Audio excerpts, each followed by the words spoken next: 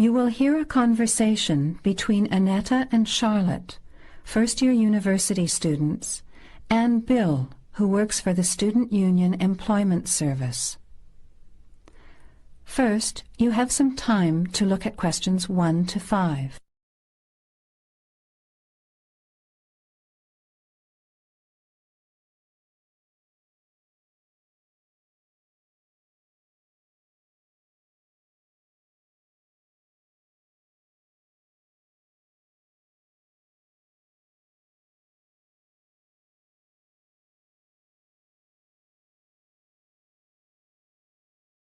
Hi Bill, this is my friend Charlotte. She's doing first year science too. Pleased to meet you, Charlotte. Annetta told me you want some part-time work.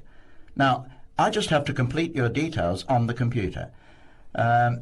What's your surname? Johnston. With an E? Yes, Johnstone.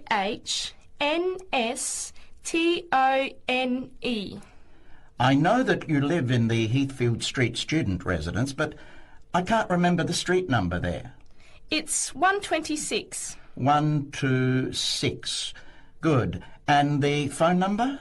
Well, actually, I never give people that number because sometimes nobody answers or they forget to pass on the messages. So, I bought a mobile phone yesterday, but I can't remember the number. I think it's 0414 847 748. I'll just check. No, sorry, not 748. It's 749. 0414 847 749? Yes, that's right. I must try and remember it. And what sort of work are you looking for? Well, anything really, I suppose, though it depends when it is. I'd rather work during the day, if that's possible. How many hours a week were you thinking of? Oh, I'm not sure. Maybe about 10. But I need to keep at least 2 days a week free for study. Do you have any work experience? Not much, though I used to help in my uncle's shop when I was at school. OK. Well, I'll put it in, but we don't usually get shop work. What about gardening? I'd rather not. Everything I touch dies. What other kinds of work are there? Well, there's a lot of demand for house cleaning, fast food preparation and kitchen work and pizza delivery if you've held a driving licence for 12 months. I'm not sure. Can I have a look at the vacancies while you talk to Annetta? Before the conversation continues, you have some time to look at questions 6 to 10.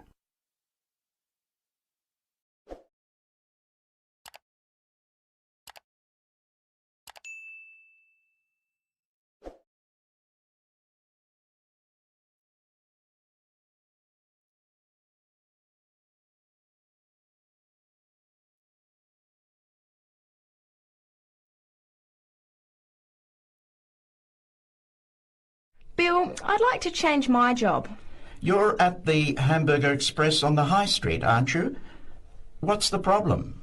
Well, I never know what hours I'm going to work.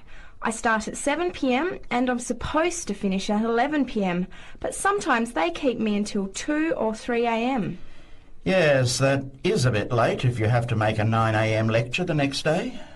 And the other thing is the pay. They're supposed to pay me on Thursdays, but they never pay me on the correct day, often not until Friday or Saturday. A few weeks ago, I had to wait until Sunday.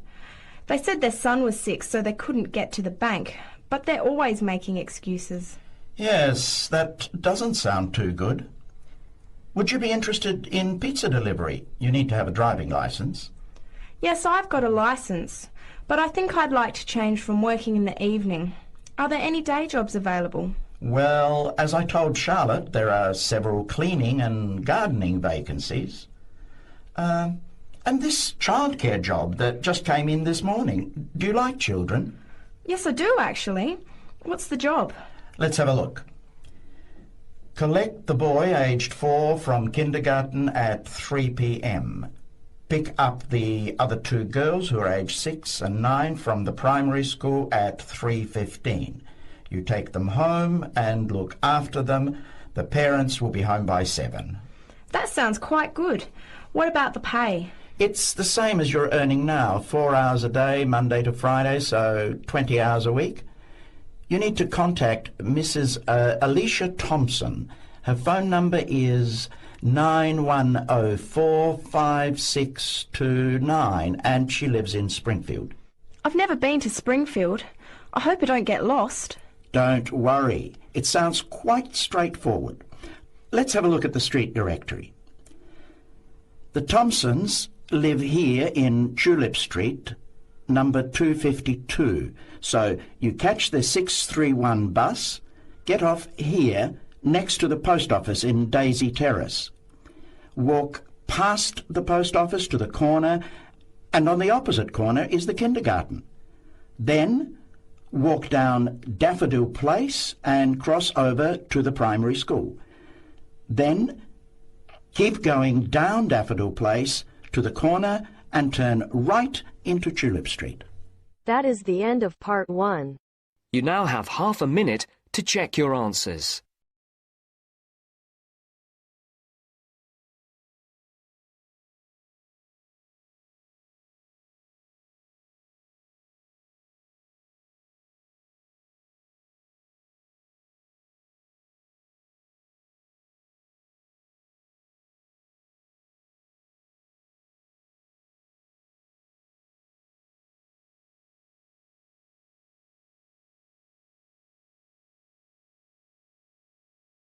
Now turns to part 2. Part 2. You will hear a talk by a tour guide. First, you will have some time to look at questions 11 to 17.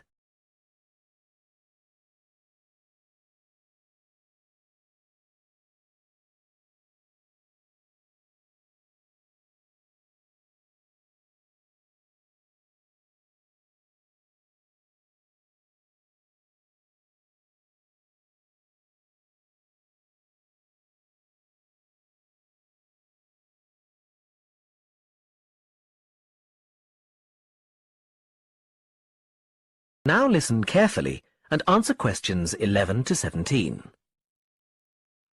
Welcome to San Fernando City Tours. I'm Mark, your tour guide. We have a lot to see in 3 hours, so make sure you're comfortable. We'll be traveling into the historical district first, and then into the town center. After that, it's out to the harbor, and we'll finish up at the lighthouse, just past the harbor.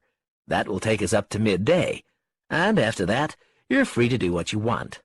At the lighthouse, you'll have a chance to visit the tea room and take photographs of the magnificent coastline. Now, as we have only 3 hours, we won't be able to take you around the shopping district, but we think you'd prefer to look around the shops there in your own time anyway. San Fernando has some well-known tourist attractions, the lighthouse, for example, and the National Library. However, the little-known military museum is not to be missed. Be sure to visit before you leave. Now, there's a lot to do in San Fernando. Indeed, there really is something for everyone. For those who love the water, I can recommend a trip on the Seafarer, one of the most famous boats on the San Fernando River. It does an evening trip with a 3-course meal included. It's great fun for everyone, but especially for young people in their teens or 20s. After 9, there's a disco on the boat, and it gets really lively. Then there's a climbing wall near the town center. It's incredibly popular, with a large wall for expert climbers and a smaller wall for novices. There's a junior wall and a creche, so it's a great day out for those of you with kids. And if you like walking, there's some great walking tours. The City Sights tour is highly recommended, as is the walking tour by the coast. But that one's only for the fit, not really suitable for children or the elderly. For more mature people, or those less able to get around, I would suggest a tour around the vineyards. It can be done in the luxury of a coach, and it's a wonderful way to explore the region's wines. Before you hear the rest of the talk, you have some time to look at questions 18 to 20.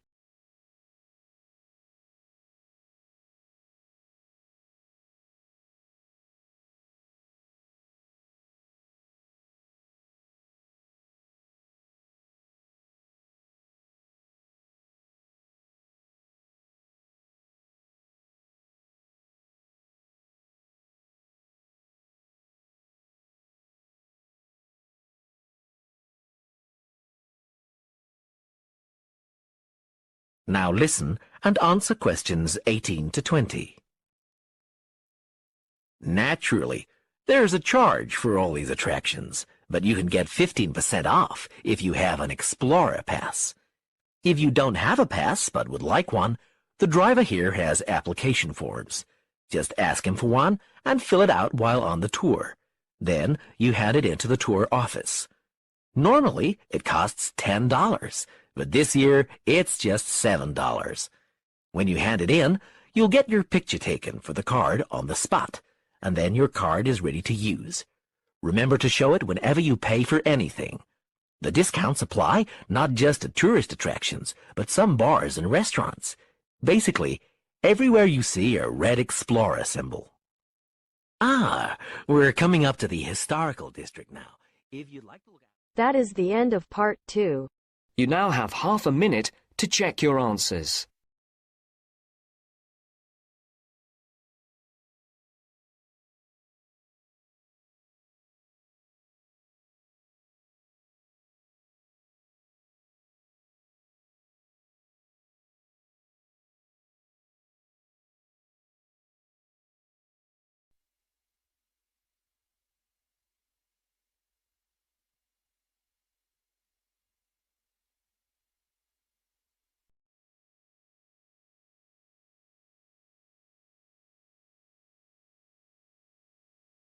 You will hear a student called Sandra talking to her Now tutor turns to part about a 3. draft proposal she has written for a competition. First, you have some time to look at questions 21 to 24.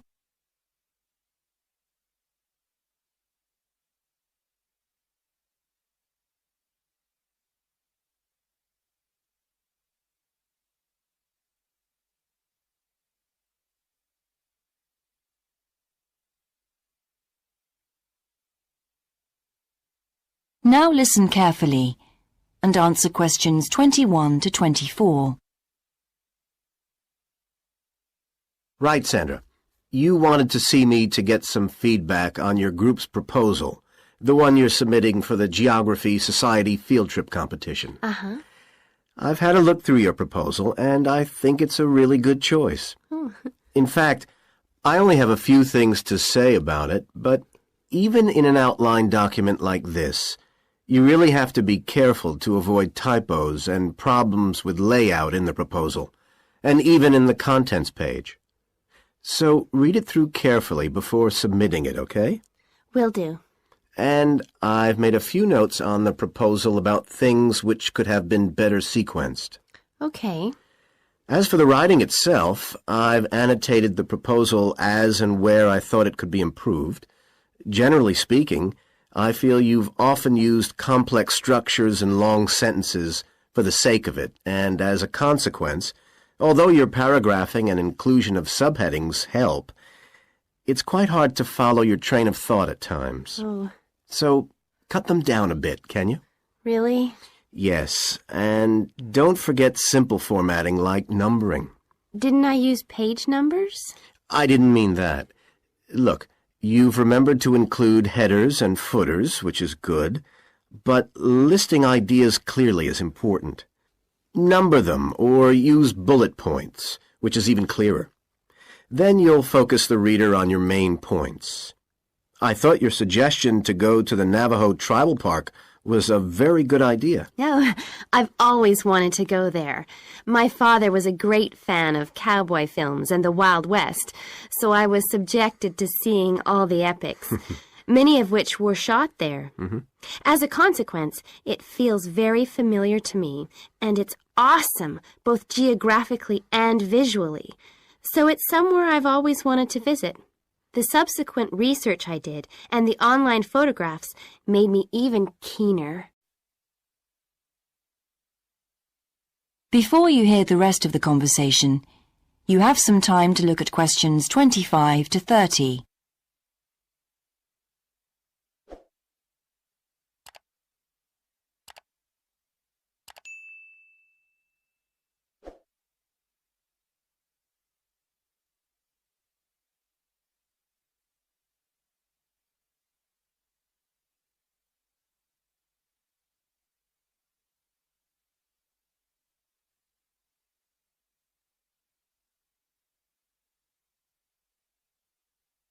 Now listen and answer questions 25 to 30. Interesting. Right, let's look at the content of your proposal now. Did you find it comprehensive enough? Well, yes and no. You've listed several different topics on your contents page, but I'm not sure they're all relevant. No? Well, I thought that from the perspective of a field trip, one thing I needed to focus on was the sandstone plateau and cliffs themselves. The way they tower up from the flat landscape is just amazing. The fact that the surrounding softer rocks were eroded by wind and rain, leaving these huge outcrops high above the plain. It's hardly surprising that tourists flock to see the area. Well, yes, I'd agree with including those points. And then the fact that it's been home to Native American Navajos and all the social history that goes with that. The hardships they endured trying to save their territory from the invading settlers. Their culture is so rich. All those wonderful stories. Well, I agree it's interesting, but it's not immediately relevant to your proposal, Sandra. So, at this stage, I suggest you focus on other considerations. I think an indication of what the students on the trip could actually do when they get there should be far more central, so that certainly needs to be included and to be expanded upon. And I'd like to see something about the local wildlife and vegetation, too. Not that I imagine there's much to see. Presumably the tourist invasion hasn't helped. Okay, I'll do some work on those two areas as well. But you're right, there's not much apart from some very shallow-rooted species. Although it's cold and snowy there in the winter, the earth is baked so hard in the summer sun that rainwater can't penetrate. So it's a case of flood or drought, really. So I understand. Now, before we look at everything in more detail, I've got a few factual questions for you. It would be a good idea to include the answers in your finished proposal, because they're missing from your draft. Fine. So you mentioned the monoliths and the spires, which was good. But what area does the tribal park cover? Do you know? 12,000 hectares, and the plain is at about 5,850 meters above sea level. Larger than I expected. Okay, where's the nearest accommodation? That's a practical detail that you haven't included. Have you done any research on that? Yes. There's nowhere to stay in the park itself, but there's an old trading post called Goulding quite near. All kinds of tours start from Goulding, too. What kind of tours? Well, the most popular are in four-wheel drive Jeeps, but I wouldn't recommend hiring those.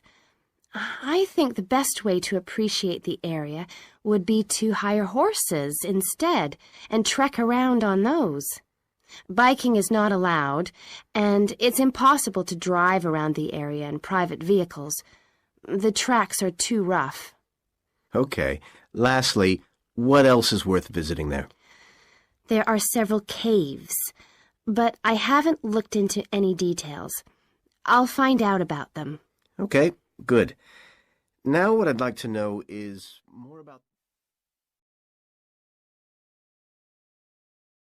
That is the end of part 3. You now have half a minute to check your answers.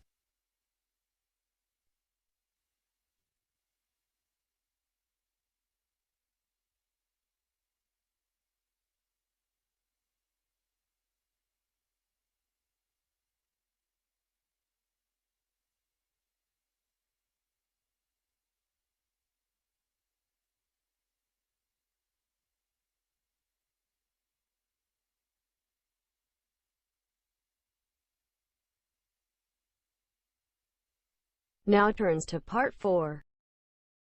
Part 4. You will hear a lecturer's introduction to a geography module. First, you have some time to look at questions 31 to 40.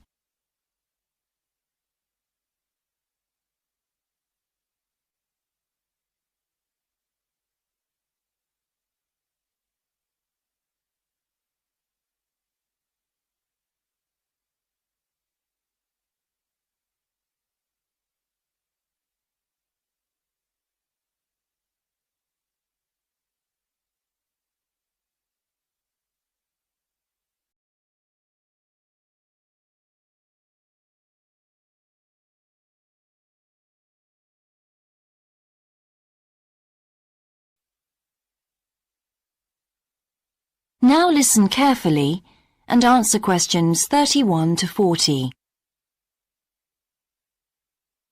So, welcome to your introductory geography lecture. We'll begin with some basics. Firstly, what do we learn by studying geography? Well, we learn a great deal about all the processes that have affected and that continue to affect the Earth's surface. But we learn far more than that, because studying geography also informs us about the different kinds of relationships that develop between a particular environment and the people that live there. Okay, we like to think of geography as having two main branches. There's the study of the nature of our planet, its physical features, what it actually looks like, and then there's the study of the ways in which we choose to live and of the impact of those on our planet. Our current use of carbon fuels is a good example of that. But there are more specific study areas to consider too, and we'll be looking at each of these in turn throughout the semester. These include biophysical geography, by which I mean the study of the natural environment and all its living things. Then there's topography. That looks at the shapes of the land and oceans. There's the study of political geography, and social geography too, of course, which is the study of communities of people. We have economic geography, in which we examine all kinds of resources and their use, agriculture, for example. Next comes historical geography, the understanding of how people and their environments and the ways they interact have changed over a period of time. And urban geography, an aspect I'm particularly interested in, which takes as its focus the location of cities, the services that those cities provide, and migration of people to and from such cities.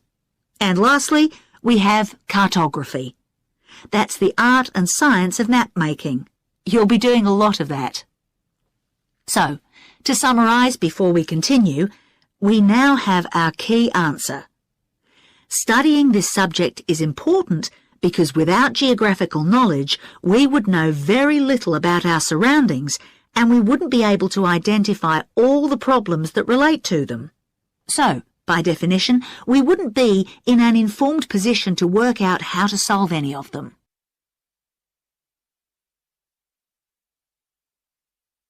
Okay, now for some practicalities. What do geographers actually do? Well, we collect data to begin with. You'll be doing a lot of that on your first field trip. How do we do this? There are several means. We might, for example, conduct a census, count a population in a given area perhaps. We also need images of the Earth's surface which we can produce by means of computer generation technology or with the help of satellite relays. We've come a very long way from the early exploration of the world by sailing ships when geographers only had pens and paper at their disposal. After we've gathered our information, we must analyse it. We need to look for patterns, most commonly those of causes and consequences. This kind of information helps us to predict and resolve problems that could affect the world we live in. But we don't keep all this information confidential. We then need to publish our findings so that other people can access it and be informed by it. And one way in which this information can be published is in the form of maps. You'll all have used one at some stage of your life already. Let's consider the benefits of maps from a geographer's perspective. Maps can be folded and put in a pocket and can provide a great store of reference when they're collected into an atlas. They can depict the physical features of the entire planet if necessary, or just a small part of it in much greater detail. But there is a drawback. You can't exactly replicate something that is three-dimensional, like our planet, on a flat piece of paper, because paper has only 2 dimensions. And that means there'll always be a certain degree of distortion on a map. It can't be avoided. We can also use aerial photographs, pictures taken by cameras at high altitude above the Earth.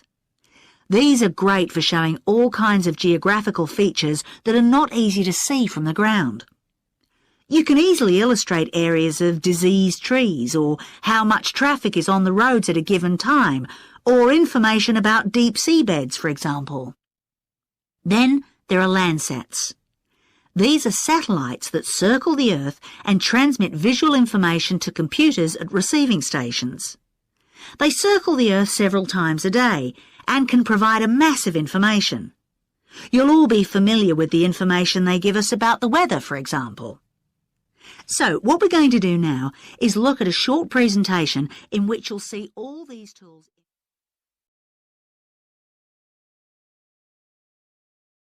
That is the end of part 4. You now have half a minute to check your answers.